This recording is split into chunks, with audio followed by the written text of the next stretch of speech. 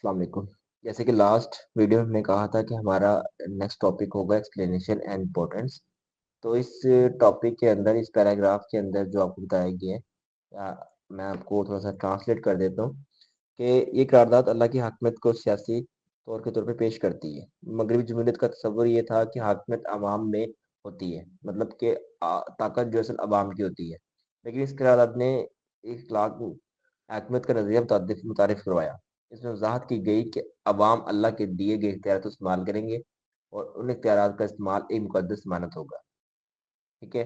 पाकिस्तान के अवाम नुमाइंदे इस्लामी फ्रेमवर्क के साथ जमहूरियत, आज़ादी, मसावत, बर्दाश्त और समाजी इंसाफ के सूल में अमल करेंगे। इस टॉपिक के अंदर सिर्फ इतना बताया गया है। ठीक है। अब इसमें जो इम्पोर्टेंट एमसीक्यूज बन सकते हैं, मैं आपको वो शेयर कर देता हूँ आपके साथ।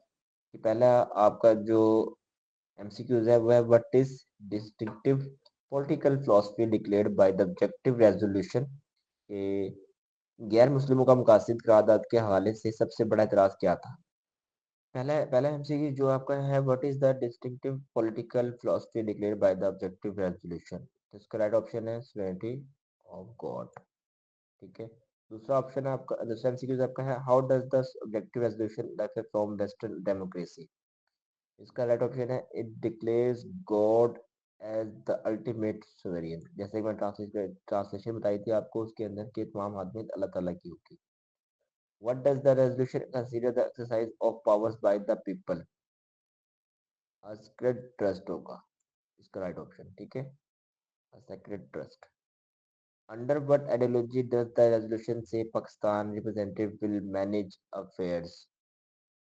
इसका राइट ऑप्शन है, Islamic framework of and democracy. Islamic framework and democracy.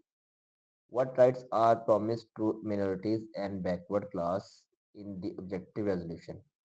तो इसका राइट ऑप्शन है, due to respect freedom of religion, culture and interest. Next MCQs आपका, what promises does the resolution make to the federating units. इसका right option है, power, autonomy and territorial integrity. What universal principle does the objective resolution emphasize?